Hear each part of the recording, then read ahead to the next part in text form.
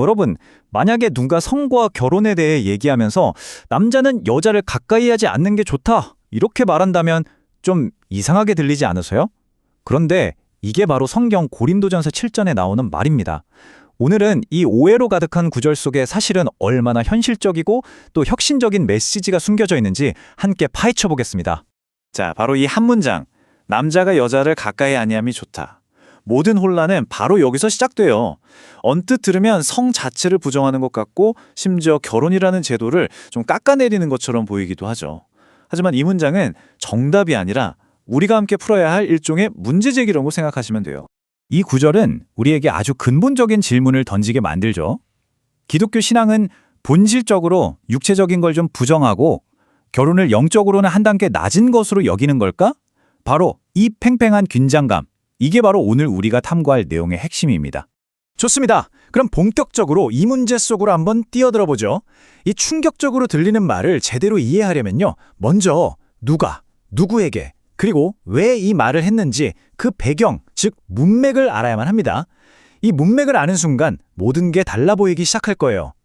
여기서 아주 중요한 학문적 논쟁이 하나 등장합니다. 이 문장은 과연 사도 바울 자신이 내세우는 절대적인 원칙일까요? 아니면 편지를 받는 고린도 교회 안에 어떤 특정 그룹이 주장하던 구호를 먼저 인용한 걸까요? 이 질문에 어떻게 답하느냐에 따라서 7장 전체의 의미가 정말 180도 바뀌게 됩니다. 그리고 현대의 대부분 학자들은 후자의 가능성에 무게를 둡니다. 그러니까 바울이 보편적인 법칙을 선언하는 게 아니라 자, 너희가 말하는 남자가 여자를 가까이 아니하며 줬다는 그 문제에 대하여 말하자면 이런 뉘앙스로 글을 시작하고 있다는 거죠. 이제부터 그 주장을 조목조목 반박하고 교정하겠다는 신호탄인 셈입니다. 그렇다면 대체 고린도 교회는 어떤 상황이었길래 이런 말이 나왔던 걸까요? 바울이 편지를 썼던 고린도는요, 말 그대로 두 개의 아주 위험한 불길 사이에서 위태롭게 서 있는 상황이었습니다. 한쪽에는 영적인 건 선하고 육체적인 건 악하다 이렇게 믿으면서 결혼 안에서의 성관계까지 부정하는 극단적인 금욕주의가 있었고요. 그 정반대편에는 어차피 영혼만 구원받으면 되니까 육체로는 무슨 짓을 해도 상관없다면서 온갖 음행을 저지르는 완전한 방종이 있었죠. 바울은 이 양극단을 모두 바로 잡아야만 했습니다. 자, 이제 바울의 정말 놀라운 해결책을 살펴볼 차례입니다.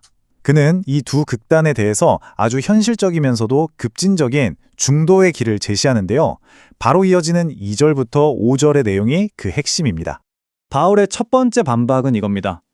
결혼을 영적으로 뭔가 부족한 선택이 아니라 오히려 성적인 무질서와 음행으로부터 우리를 지키는 거룩한 장치로 제시하는 거죠. 결혼은 차선책이 아니라 하나님의 적극적인 해결책이라는 겁니다. 그런데 여기서 정말 중요한 점은요. 바울이 그냥 이건 해라 저건 하지 말라는 식의 규칙 목록을 주는 게 아니라는 거예요. 그의 가르침의 중심에는 상호 책임이라는 당시로서는 정말 놀라운 개념이 자리 잡고 있습니다. 바울은 3절에서 남편과 아내가 서로에게 의무를 다하라고 말하는데요. 여기서 사용된 헬라어 오페일레는 단순히 해야 할 일을 넘어서 빚 또는 마땅히 갚아야 할 책임을 의미합니다. 이건 한쪽이 요구하고 다른 쪽이 따르는 관계가 아니라 서로에게 빚진 자로서 존중하며 책임을 다하는 관계를 말하는 거죠.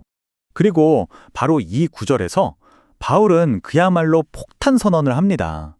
이건 정말 혁명적인 말이에요. 남편이 아내의 몸을 소유하던 것이 당연했던 가부장적인 사회에서 아내뿐만 아니라 남편도 자기 몸을 주장하지 못하고 오직 그 아내가 권리를 가진다고 말하고 있기 때문이죠. 이건 단순히 평등을 넘어서 몸의 소유권이 나가 아닌 우리에게 있다는 완전한 패러다임의 전환이었습니다. 심지어 기도와 같은 영적인 이유로 잠시 부부관계를 중단할 때조차 바울은 아주 엄격한 조건을 답니다.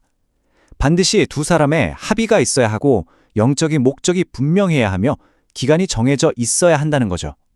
관계를 보호하기 위한 아주 구체적인 안전장치인 셈입니다. 지금까지는 아주 실질적인 조언들을 살펴봤는데요. 이제 한 걸음 더 깊이 들어가 보죠. 이런 조언들 밑바탕에는 과연 어떤 깊은 신학적 원리들이 깔려 있는 걸까요? 바울은 도대체 왜 이렇게까지 말하는 걸까요? 바울의 조언은 크게 4가지 신학적 기둥 위에 서 있습니다. 첫째는 몸 신학이에요. 우리 몸은 함부로 써도 되는 껍데기가 아니라 서로에게 거룩한 책임을 다하는 소중한 자리라는 뜻이죠. 둘째, 상호성의 윤리. 관계는 누가 누구를 지배하는 게 아니라 서로가 서로를 섬기는 거라는 원칙입니다. 셋째, 은사의 다양성. 결혼이든 독신이든 우열이 있는 게 아니라 각자에게 주신 하나님의 고유한 선물이라는 관점이죠. 그리고 마지막으로 이 모든 것을 아우르는 복음의 균형입니다. 이 슬라이드가 아주 잘 보여주는데요. 바울은 결혼과 독신 사이에 영적인 서열을 만들지 않습니다. 어느 한쪽이 더 우월한 게 아니라 둘 다 하나님이 각자에게 주신 고유한 은사이자 소명이라는 겁니다. 그렇다면 이 2000년 전의 편지가 오늘을 사는 우리에게는 과연 어떤 의미가 있을까요? 이 고대의 지혜가 현대사와의 관계와 윤리에 어떻게 적용될 수 있는지 4가지 핵심 통찰로 한번 정리해 보겠습니다. 자, 그럼 이 모든 분석에서 우리가 꼭 가져가야 할 핵심은 무엇일까요? 4가지로 정리할 수 있습니다. 첫째, 부부간의 성적인 친밀함은 선택사항이 아니라 관계의 핵심적인 부분이라는 것. 둘째, 모든 건강한 관계의 기초는 일방적인 요구가 아닌 상호 존중과 동의에 있다는 사실. 셋째, 결혼이든 독신이든 어떤 삶의 방식이 더 우월한 것은 없다는 것. 둘 다 가치 있는 소명이죠. 그리고 마지막으로 진정한 영성은 우리를 관계로부터 멀어지게 하는 게 아니라 오히려 서로를 더 깊이 사랑하게 만든다는 겁니다. 마지막으로 이 질문을 던지면서 마무리하고 싶습니다. 모든 것이 극단으로 치닫는 오늘날 금욕과 방종 사이에서 균형을 잡으라는 이 고대의 부르심이 우리의 인간관계, 특히 성과 결혼에 대한 시각을 어떻게 새롭게 빚어갈 수 있을까요? 우리 모두가 한 번쯤 깊이 생각해 볼 만한 질문입니다.